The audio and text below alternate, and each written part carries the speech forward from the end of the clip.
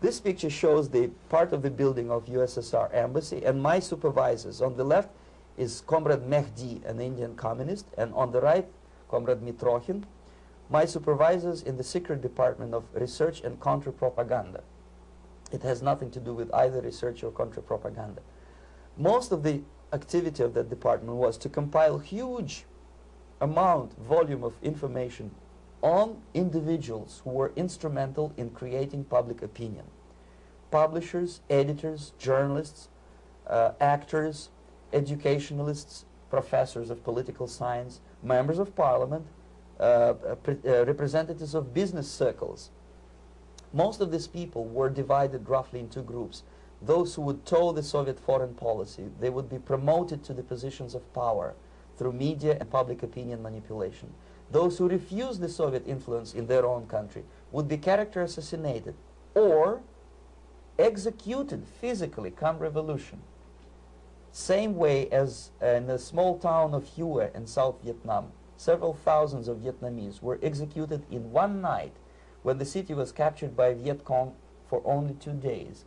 And American CIA could never figure out how could possibly communists know each individual, where he lives, where to get him, and would be arrested in one night, basically in some 4 hours before dawn, put on a van, taken out of the city limits and shot. The answer is very simple. Long before communists occupied the city, there was extensive network of informers, local Vietnamese citizens, who knew absolutely everything about people who are instrumental in public opinion, including barbers and taxi drivers. Everyone who was sympathetic to the United States was executed. Same thing was done under the guidance of the Soviet embassy in Hanoi, and same thing I was doing in New Delhi. To my horror, I discovered that in the files where people were doomed to execution, there were names of pro-Soviet journalists with whom I was personally friendly. Pro-Soviet? Yes. They were idealistically minded leftists who made several visits to USSR, and yet the KGB decided that come revolution or drastic changes in political structure of India, they will have to go. Why is that? Because they know too much. Simply because, you see, the useful idiots, the leftists who are idealistically believing in the beauty of Soviet socialist or communist or whatever system, when they get disillusioned, they become the worst enemies. That's why my KGB instructors specifically made a point, never bother with leftists. Forget about these political prostitutes. Aim higher. This was my instruction. Try to get into large circulation, established conservative media. Rich, filthy rich movie makers, intellectuals, so-called academic circles. Cynical, egocentric people who can look into your eyes with angelic expression and tell you a lie. These are the most recruitable people, people who lack moral principles, who are either too greedy or too suffer from self-importance. They feel that they matter a lot. These are the people who KGB wanted very much to recruit. But to eliminate the others, to execute the others, don't they serve some purpose? Wouldn't they be the ones they rely on? They serve purpose only at the stage of destabilization of a nation. For example, your leftists in United States, all these professors and all these beautiful civil rights defenders, they are instrumental in the process of the subversion only to destabilize the nation. When their job is completed, they are not needed anymore. They know too much. Some of them, when they get disillusioned, when they see that Marxist-Leninists come to power, obviously they get offended. They think that they will come to power. That will never happen, of course. They will be lined up against the wall and shot.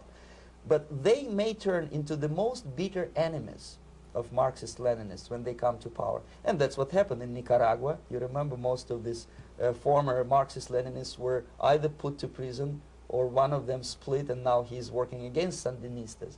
It happened in Grenada when Maurice Bishop was already a Marxist. He was executed by a new Marxist who was more Marxist than this Marxist. Same happened in Afghanistan when first there was Taraki, he was killed by Amin, then Amin was killed by Babrak Karmal with the help of KGB.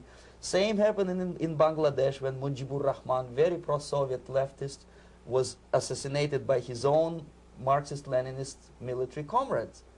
It's the same pattern everywhere. The moment they serve their purpose, all the useful idiots are either be executed entirely, all the idealistically minded Marxists, or exiled or put in prisons, like in Cuba. Many former Marxists are in Cuba, in prison. So most of the Indians who were cooperating with the Soviets, especially with our Department of Information of the USSR Embassy, were listed for execution. And when I discovered that fact, of course I was sick. I was mentally and physically sick. I thought that I'm going to explode one day during the briefing at the ambassador's office. I would stand up and say something that we are basically a bunch of murderers. That's what we are. It has nothing to do with friendship and understanding between the nation and blah, blah, blah. We are murderers. We behave as a bunch of thugs in a country which is hospitable to us, a country which with ancient traditions. But I did not defect. I tried to get the message across. To my horror, nobody wanted even to listen, least of all to believe what I had to say. And I tried all kinds of tricks. I would leak information through letters or lost documents or something like that. And still I got no message. The message was not published, even in the conservative mass media of India. The immediate impulse to defect was Bangladesh crisis, which was described by American correspondents as Islamic grassroots revolution, which is absolute baloney. There was nothing to do with Islam, and there was no grassroots revolution. Actually, there are no grassroots revolutions, period. Any revolution is a byproduct of a highly organized group of conscientious and professional organizers, but it has nothing to do with grassroots. In Bangladesh, it was nothing with grassroots. Most of the Awami League party members, Awami League means People's Party, were trained in Moscow in the High Party School.